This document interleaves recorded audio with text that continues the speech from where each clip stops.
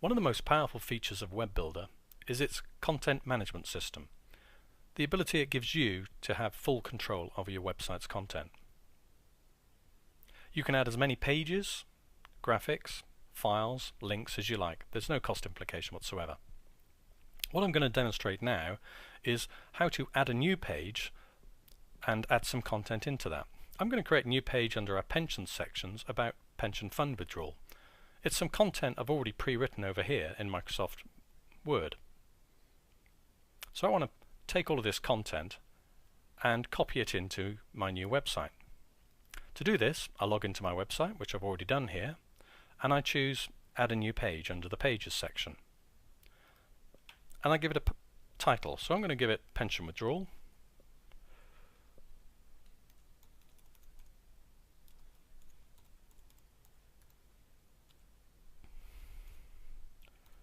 Just going to give that first letter an uppercase P, and then I decide where I want it to be. Well, I want this to be a subsection of pensions, so I choose Below Pensions. I click Add Page, and you'll note now if I go to Pensions, there's my new page created. It's automatically created a button in the appropriate place below Pensions, and if I click on it, we go to the blank page. So now let's cut and paste our Word document into that area. To do this, I just select all my content, I go to Word's copy function, I go back to my website, click on the Edit Content button up here, and this opens up our Word Editor button, so you can see we can edit the page in a very kind of Word-like manner, and I click on the Paste as Plain Text button here. This gives me access to my copied text and paste it straight in. Now initially you can see this is pasted in as plain, so I want to start formatting this to fit in within the style of my existing website. So the first thing I want to do is style the header, which is Pension Fund Withdrawal. So I'll highlight it and go to the Style drop-down menu and choose Header. Now let's style the various subsections of our article. We had the advantages of pension fund withdrawal, so let's choose Header 2 for that. And then of course we had the disadvantages of fund withdrawal. So again, let's give that Header 2, and you can see that Web Builder's formatting the page now in line with the rest of the site. This was an introduction, so I highlight that and we format it as introduction. Now I'll get rid of some of these extra spaces, and I'm going to put a few more in here just to make the document a little bit more readable in between the paragraphs.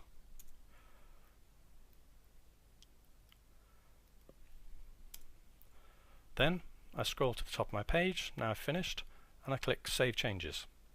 And you'll see we've now added all of the content into the page, but importantly within a consistent style of the rest of our page. Now the next thing I want to do is liven up this page a little bit by adding an image. So that's easily done. I'm going to close the Word document we have in the background here. And again, I'm going to edit this page again, and this time I want to add in an image just to liven up the impact of the page. Now I can select anywhere I want this image to be, so I'm going to put it round about there, and I click on the Insert an Image button here,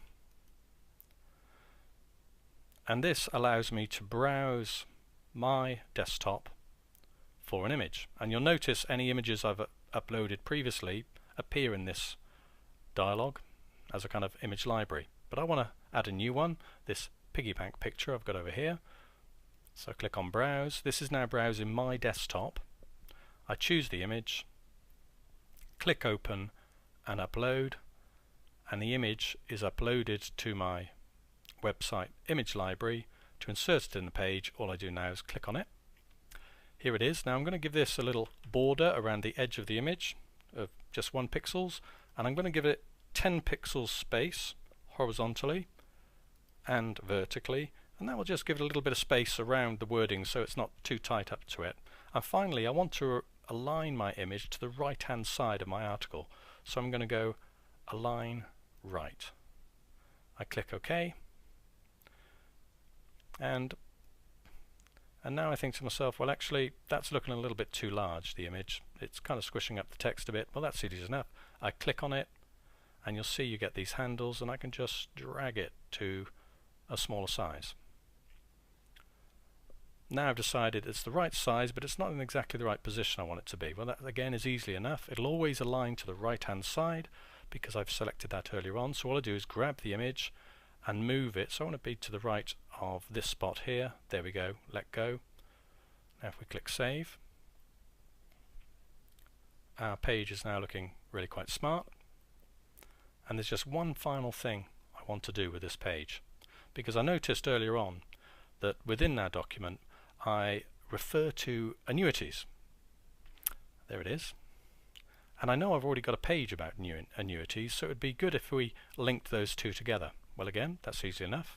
Again, I go back into Edit Content. I scroll down to the page that I want, the word that I want to link across, in this case it's annuity. I highlight that word, and this time I click on the Insert or Edit a Link button.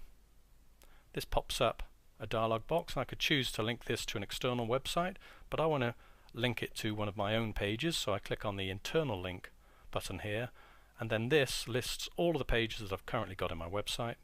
I choose annuities, I say OK, scroll back up, click Save Changes, and now you'll see that it's added a nice little link that when I click on it goes through to my annuities page. And the wonderful thing about this is, because it's been built in Web Builder, if at any point in the future I decide, well, actually I want to change the site design, as I showed you in a previous demonstration, I can change the site design immediately, and it will apply it to every page, including the one I've just created. So you've got full control of the content of your website.